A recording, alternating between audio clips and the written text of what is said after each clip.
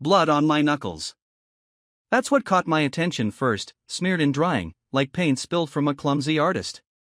It was a vivid, ugly red that told a story before I could even process it. I hadn't hit anyone. Not yet, anyway. The blood belonged to me, split open when I punched the garage door in a moment of blinding frustration, the kind that explodes out of you before you can choke it back. It was an hour past midnight, and the neighborhood was dead quiet, the kind of quiet that amplifies your own erratic breathing and the pounding of your heart. The garage door still vibrated slightly from my outburst, an echo of my rage that hadn't settled. I didn't have to look back at the house to know she wasn't coming to check on me. Claire, my wife, was too preoccupied with making sure he got out the back door, unseen and unheard. But let me rewind a bit. This part of the story starts 2 hours earlier, at a casual poker night with some friends. I wasn't losing, for once. In fact, I was up by $70, and feeling that sweet high you get when you know the universe has thrown you a bone. Somewhere between laughing at Aaron's terrible bluff and shuffling a deck sticky with spilled beer, my phone buzzed in my pocket. It was a notification from the security system I'd installed for our home a few months back.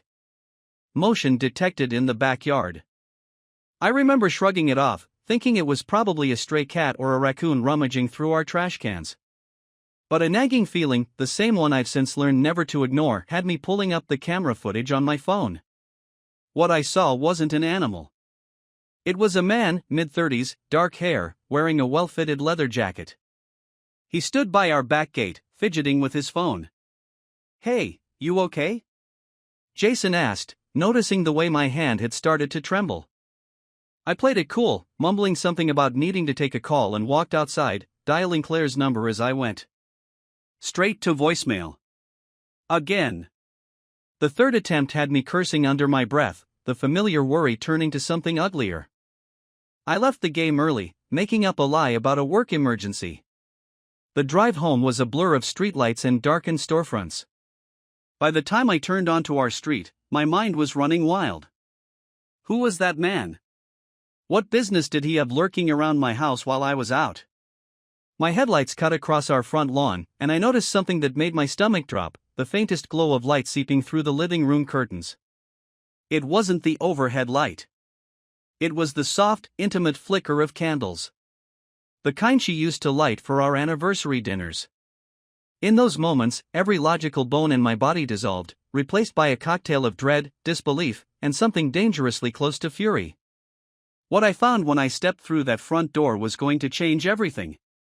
The front door opened without a creak, a detail that seemed absurdly important right then, like the universe was playing along, giving me the element of surprise.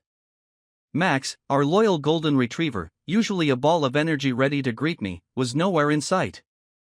Even he had been pushed aside in all this. The hallway smelled different. The air felt warmer, heavier, as if filled with a tension I could almost reach out and touch. I walked past the empty dog bed, past the hallway mirror that caught my wide-eyed reflection, and followed the low hum of voices. It wasn't coming from the living room, but from the kitchen. I paused just outside the doorway, listening. "No, you should go," Claire's voice was hushed, urgent. "He'll be back soon."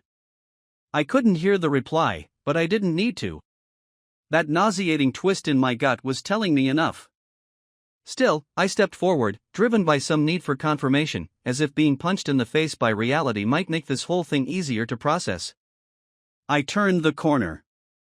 There she was, standing too close to a man I'd never seen before. His back was to me, his hand wrapped around her wrist. Claire's eyes widened when she saw me, the color draining from her face so quickly it was almost impressive. Her mouth fell open, but no words came out. I'll never forget that split second of raw fear in her eyes, like she was a kid caught doing something unspeakable. "Who the hell is this?" I said, my voice sounding foreign, rougher, like I didn't even recognize myself. The guy turned around. He was taller than me, and something about his confident posture made me instantly hate him. His leather jacket looked expensive, his expression arrogant and smug, as if he'd been expecting this confrontation and had already worked out what to say. "Relax, man," he started, holding his hands up like I was the one acting crazy. That's when I noticed Claire stepping between us, her hands trembling. Daniel, she finally managed to say, her voice cracking. It's not what it looks like. That line. The one we all know from TV dramas, the one that sounds so ridiculous you never think you'll hear it in real life. But there it was, hanging in the air between us, and I felt a laugh bubbling up inside me, a twisted, humorless laugh. I bit back, hard. Really? I said, each word like a bullet. Because it looks a hell of a lot like you were about to kiss this guy in our kitchen. In our goddamn kitchen, Claire. Silence. The man, whoever he was, shifted uncomfortably, and I was 1 second away from grabbing him and throwing him out myself.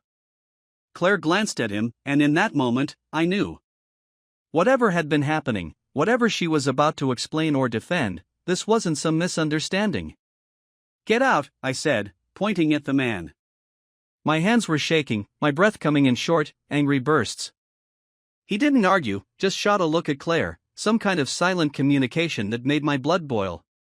And then he left, brushing past me, close enough that I could have grabbed him, but I didn't. I was too focused on her.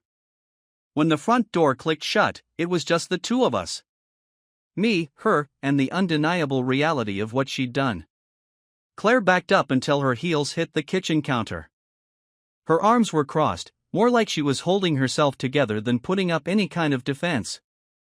I stood there, fists clenched at my sides, trying to keep control, to keep from shattering like the cheap glass vase she insisted on buying last month, the one I thought was indestructible until Max knocked it over. Turns out, everything breaks under enough pressure. Who was he? My voice wasn't loud, but it didn't need to be. It was cold, stripped of everything but raw accusation. She swallowed, and for a moment, I thought she might actually tell me the truth. But Claire had always been a master at dodging, at redirecting, at spinning reality into something softer and less damaging. You don't understand. Then make me understand, I cut in. Explain why I came home to find some asshole in our kitchen with his hands on my wife. She ran a hand through her hair, the way she did when she was overwhelmed. I hated that I still noticed, that I still recognized her little tells, even in a moment like this.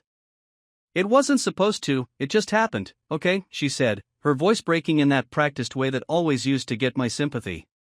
But not tonight. How long? I asked. My voice came out strained, barely holding back the tidal wave of anger behind it. She didn't answer, which told me more than any words could have. I took a step closer, and she pressed her back harder against the counter. How long, Claire? Her eyes filled with tears, but I didn't feel pity, just a nauseating combination of rage and disbelief. A few months, she whispered. Months. The word echoed in my skull, ripping through my mind, unraveling all those moments I thought were real. Movie nights where she seemed distracted, late work meetings she never used to have, the sudden interest in new perfume. All the little signs I'd missed, or maybe ignored, because I trusted her. Why? I demanded. My voice cracked, but I didn't care. What the hell did I do to deserve this? Claire shook her head. It wasn't about you, she said, her voice defensive now, like that made it better. I've been unhappy. It's complicated. Complicated? I echoed, disbelief thick in my throat. No, it's simple. You cheated on me.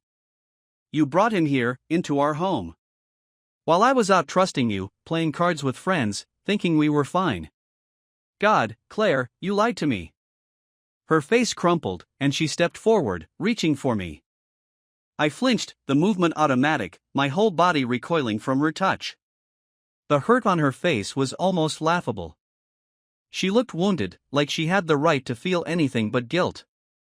I'm sorry, she said, the words falling flat, useless. I didn't mean for it to go this far.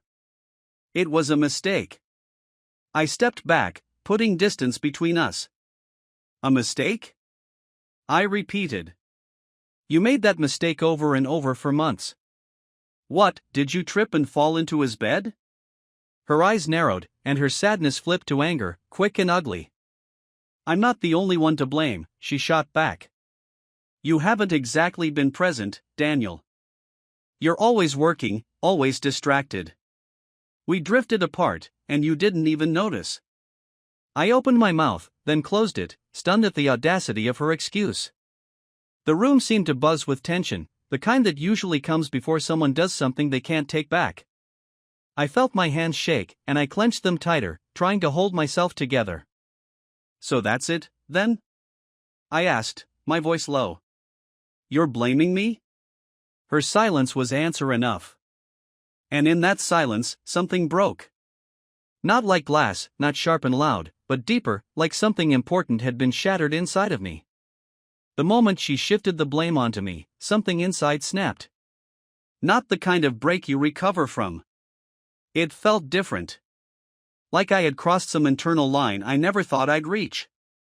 I didn't yell. I didn't throw things. I just went cold.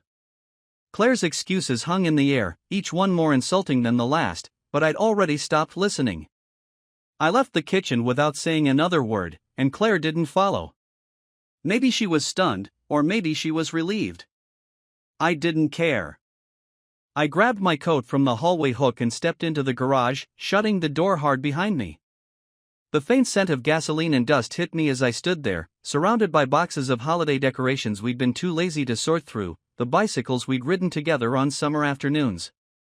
Evidence of a life that had been built on lies. I needed a plan. Something to take back the power she had stripped from me. My mind raced, and then it hit me. Revenge, cold and calculated. I didn't want to get even in some juvenile way. I wanted her to feel as exposed and vulnerable as she had made me feel. I knew exactly where to start. First, I dug out the spare key to Claire's car from the tool shelf. The garage door opened with a mechanical groan, and I backed her sleek silver SUV into the driveway. No second thoughts, no hesitation. I opened the trunk, rummaged through the glove compartment, and took every piece of documentation she might need, her registration, her insurance paperwork, her laptop charger she kept for emergencies, everything. Then I locked the car and left it sitting right in the middle of the driveway, keys still in the ignition. Next, I went inside and found her phone sitting on the kitchen counter. She watched me from across the room, wary, but too shocked to react. Before she could say anything, I picked it up, unlocked it with a fingerprint she had stupidly never thought to change, and went straight to her contact list. I pulled up our shared group chat with her family, her parents, her sister, her aunt who lived 3 states away, and I crafted a simple, blunt message: "Claire and I are splitting up. Ask her why." Claire's eyes widened as I hit send, and she lunged for the phone, but I was faster. "What the hell are you doing?" she yelled, her voice cracking. I dropped her phone onto the granite countertop. "Letting people know the truth. You were going to tell them eventually, right?" I paused, then added, "Or were you planning to keep this part of your life secret too?" She tried to reach for me, her voice high-pitched and pleading. "Daniel, please, we can talk about this." But I wasn't finished. I went upstairs, ignoring the way she stumbled after me, shouting something about how I was being irrational. In our bedroom, I threw open the closet and grabbed one of her suitcases. Methodically, I started stuffing it with her clothes, one piece at a time. Sweaters, dresses, everything I could find. When she grabbed my arm, I shrugged her off. "You're leaving," I said, my voice so calm it scared even me. Tears streamed down her face, but there was no satisfaction in seeing her cry. Just a hollow feeling, a sense that none of this was actually happening to me. "Where am I supposed to go?" she asked, her voice breaking. I zipped the suitcase and shoved it into her hands. "Not my problem," I said. "You can figure that out, just like you figured out how to lie to me for months." And with that, I pointed her toward the door.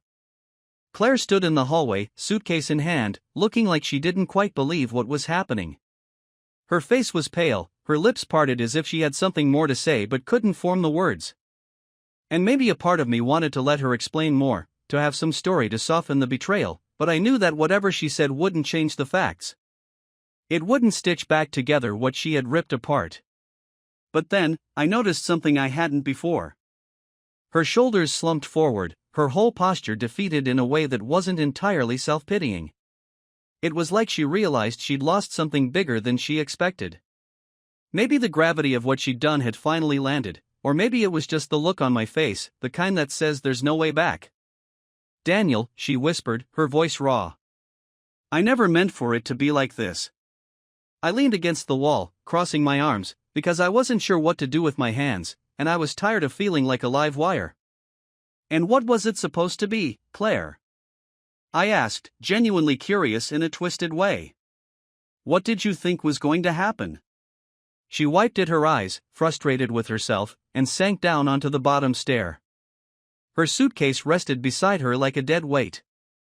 I don't know, she admitted, her voice cracking. I was unhappy, and I didn't know how to talk to you about it. It doesn't excuse anything, I know that, but I didn't plan for this. It just spiraled. I'd never seen her look so lost. And I hated that I still cared, that somewhere beneath the anger, the grief was starting to seep in. It was as if the adrenaline of rage was finally wearing off, leaving a hollow ache I couldn't fill. So, what? I said. You thought cheating would magically fix how you felt? Or was it just easier than working on our marriage? She looked up at me, her eyes rimmed with red. I messed up, she said. I thought I could handle the guilt, but I couldn't. Every time you'd ask me how my day was, I felt like a monster. I didn't know how to end it, and I was scared. Scared of hurting you, scared of ruining everything. Well, congratulations, I shot back. You've managed to do both. The silence settled between us, thick and uncomfortable. I wanted to feel satisfied, vindicated, but instead, I felt like something essential had been scraped out of me. We'd said everything we could, but nothing felt resolved. Finally, she sighed, the sound so broken that I almost flinched. What happens now? She asked, looking up at me, searching for some hint of hope or direction. I thought about it. About our history, about what forgiveness would mean, about whether any part of this mess could ever be salvaged. But the answer came to me, clear and undeniable. You're leaving, I said. Tonight. You can stay with a friend, or whoever you want. I need space. We need space. Her lips trembled, but she nodded, because deep down, she knew this was the only possible outcome. And after that, she asked, barely above a whisper. I don't know, I said, my voice rough with emotion. Maybe in a few weeks, I'll want to talk. Maybe not. But right now, I can't look at you without feeling like I'm breaking apart. She got up slowly, the suitcase dragging behind her as she shuffled toward the front door. Just before she stepped out, she paused, her hand resting on the knob. I did love you, she said, her voice fragile. I need you to know that, even if it doesn't mean anything now. I didn't answer. The door closed behind her with a quiet click, and for the first time in what felt like hours, the house was silent. No apologies, no lies, no one left to explain anything to. Just me, and the ruins of what I thought I had. The house felt different without her. Not empty, exactly, but stripped down to something raw and unrecognizable. The kind of silence that makes you hyper-aware of every creak and groan of the walls, like the place itself was readjusting to this new reality. I stood there for a while, unsure what to do next, paralyzed between wanting to scream and wanting to collapse. Eventually, I sat down on the couch, right in the spot where she and I had spent so many lazy Sunday mornings, legs tangled together, arguing about which show to binge next. It was surreal to think that just hours ago, that version of us still felt somewhat real. Now, it felt like a story someone else had lived, a life that didn't belong to me anymore. My phone buzzed. Messages from friends, asking if everything was okay after I left the poker game so suddenly. I ignored them. I wasn't ready to explain. How do you tell people something like this? How do you even start? I thought about revenge, about the satisfaction I'd felt when I made Claire pack her things and leave, when I exposed her betrayal to her family with one brutal message. But that feeling had already started to fade. In its place was something colder, more final. What comes after anger, after the adrenaline of hurt and the rush of payback? What happens when the storm dies down? I leaned forward, elbows on my knees, and felt the exhaustion settle into my bones. I knew that moving forward wouldn't be as simple as watching her walk out the door. The betrayal was like a splinter lodged too deep to just pull out and forget about. It would take time, and I had no idea how much. But there was one thing I understood now: holding on to the anger wouldn't fix me. It wouldn't undo what she did, or make me feel whole again. That night, after pacing the house aimlessly, I found myself picking up the picture frame from our wedding day, the one I hadn't had the heart to throw across the room yet. I studied our smiles, the way we looked at each other, full of hope and belief in something that had clearly been an illusion for one of us. My thumb traced the edge of the frame, and I thought about all the promises we made that had slowly eroded, promises I'd believed we were both keeping. The next morning, I woke up on the couch, stiff and sore. The first thing I did was take Max out for a long walk, something I hadn't done in weeks. The crisp air helped clear my head, and the simple act of watching Max sniff around, clueless to the upheaval in my world, grounded me in a way I desperately needed. I realized that moving forward meant figuring out who I was, separate from her, separate from the identity I'd built around our marriage. I didn't know exactly what was next for me. Maybe I'd see a therapist. Maybe I'd throw myself into work, take a vacation, or spend time with friends who reminded me of who I used to be before all of this. But what I did know was that staying in this house full of reminders wouldn't help. I'd need to make changes, not just for the sake of moving on but because I couldn't be the person I had been before. That version of me, the one who believed in unbreakable promises, was gone. As for Claire, I knew there would be more conversations ahead. Divorce papers, maybe discussions about what had gone wrong in a more civil way when the dust settled. But I also knew this: I wouldn't let her be the reason I stayed angry forever. I wouldn't let this define me. I picked up my phone, finally texting my friends back, "Long story. I'll fill you in sometime, but I'm okay." It wasn't entirely true, but it was a start. And in a way, that was enough for now.